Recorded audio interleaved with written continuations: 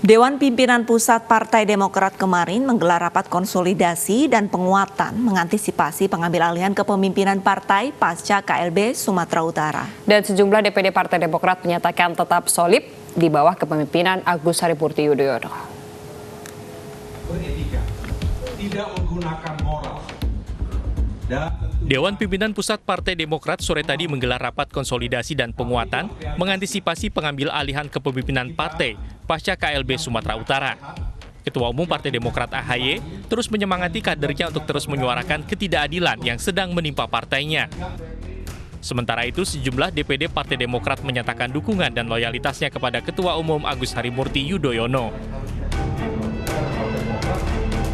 Tetap menyatakan bahwa KLB itu adalah KLB ilegal karena tidak dihadiri oleh pemilik suara seperti saya, DPD DKI Jakarta bersama dengan 6 DPC pemilik suara yang sah tidak hadir dan tidak terlibat di dalam gerakan pengambil alihan kepemimpinan Partai Demokrat itu.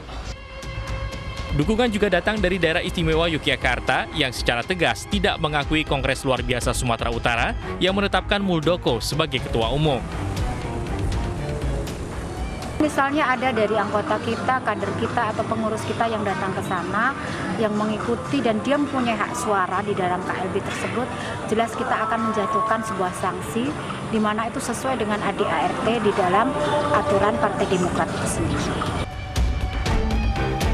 Selain menolak KLB Sumut dan seluruh hasilnya, DPD Partai Demokrat Jawa Timur juga akan bersikap tegas dengan memberi sanksi pada kader atau anggotanya. Perlu antisipasi, telusuri terus, kalau ada kader memang yang taruhlah kemudian itu berangkat ke sana mengatasnamakan DPC, ya kami akan melakukan tindakan-tindakan yang seharusnya.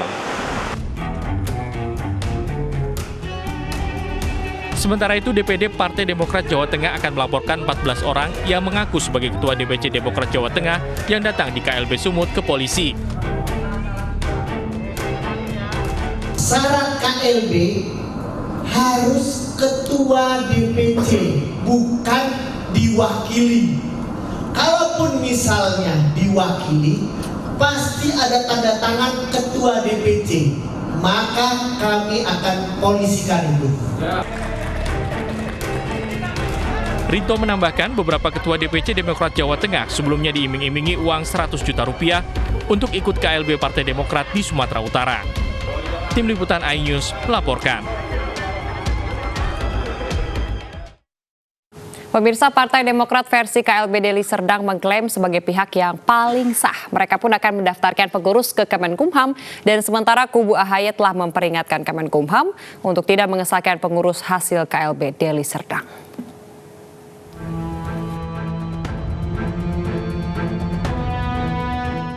Prahara Partai Demokrat semakin meruncing setelah Kongres Luar Biasa di Deli Serdang, Sumatera Utara mengangkat Kepala Staf Kepresidenan Muldoko sebagai Ketua Umum Partai Demokrat. Mantan Panglima TNI era SBY ini pun menyambut keterpilihannya dengan menghadiri KLB Partai Demokrat pada Jumat malam. Saya sungguh sangat mengapresiasi saudara-saudara sekalian dari berbagai daerah,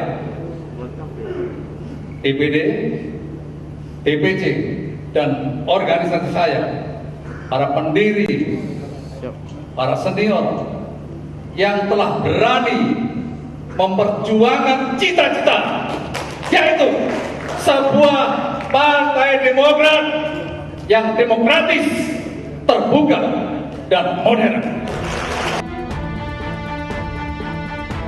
Kubu AHY pun meradang. Mereka meminta Kemenkumham tidak mengesahkan hasil KLB.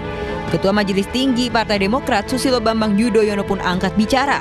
Penggagas Partai Demokrat menilai KLB Sumut yang menetapkan Muldoko menjadi Ketua Umum partai itu ilegal. Semua persyaratan untuk diselenggarakannya KLB ini gagal dipenuhi atau tidak dipenuhi sehingga KLB ini benar-benar tidak sah dan ilegal.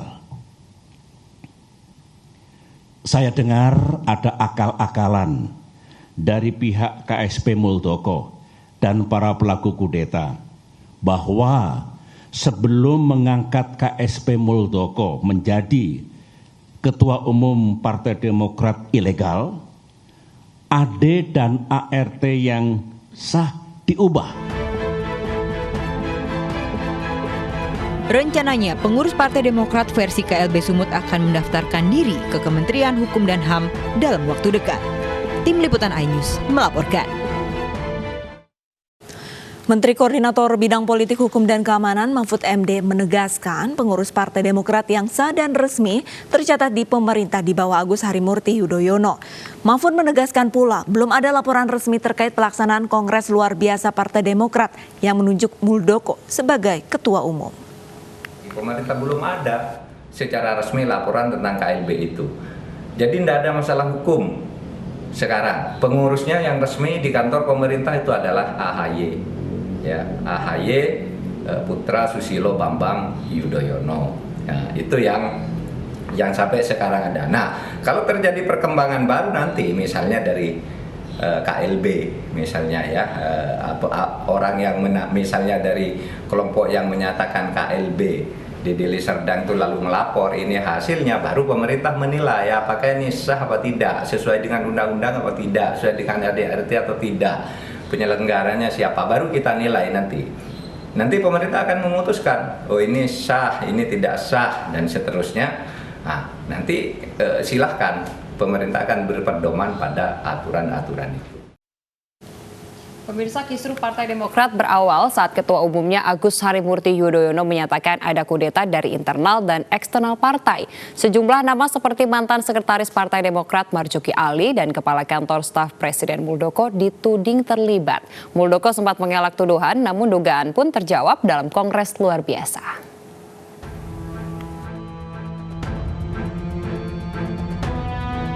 Kemulut Partai Demokrat berawal saat Ketua Umum Partai Demokrat Agus Harimurti Yudhoyono menggelar jumpa pers di kantor DPP Partai Demokrat 1 Februari lalu. AHY menyebut ada upaya kudeta sejumlah elit politik Partai Demokrat dan orang di lingkaran istana, yaitu Kepala Kantor Staf Presiden Muldoko.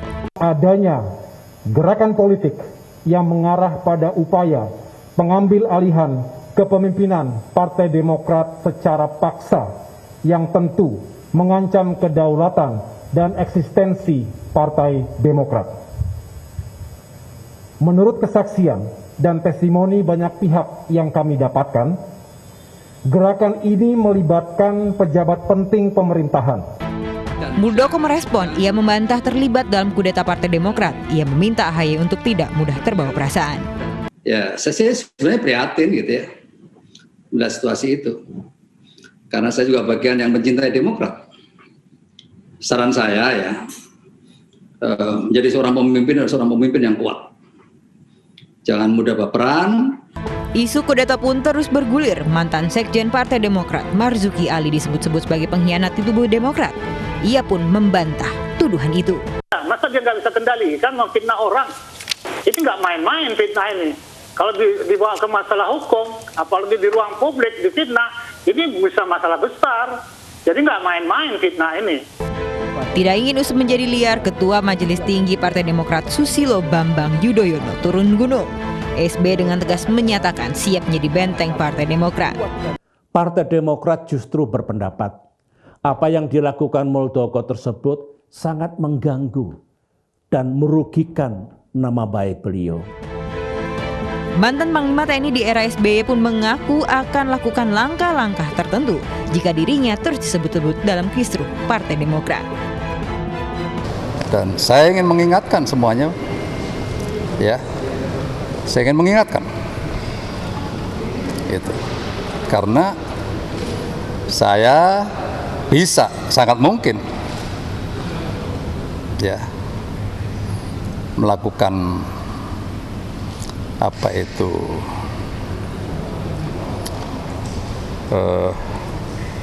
langkah-langkah yang saya yakini.